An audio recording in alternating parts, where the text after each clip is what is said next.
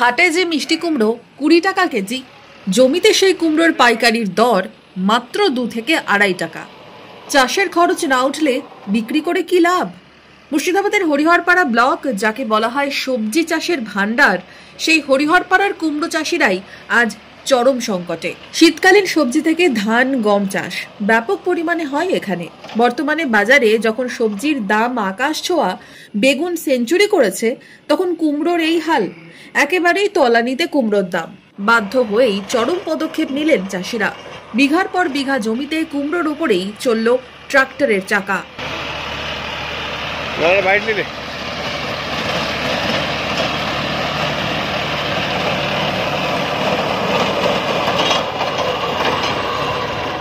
এই যে ব্যবসায়িক এসছে, দুটো ব্যবসায়িক এসছে, জমিতে এসে দাম বলছে আপনার 2 টাকা 2.5 টাকা দাম বলছে।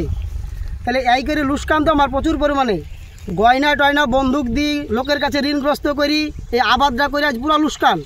সেই জন্য মনের ঘৃণায় ট্রাক্টর লেসি জমিতে চাষ দিয়ে দিয়েছি। বিঘার পর বিঘা জমিতে কুমড়ো মাটির সাথে মিশেছে। আর্থিক সংকটে পড়েছেন হরিহরপাড়ার শ্রীপুরের অসংখ্য কুমড়ো চাষি।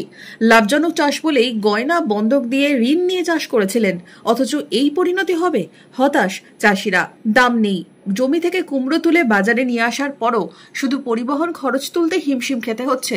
আক্ষেপ কুমড়ো চাষিদের।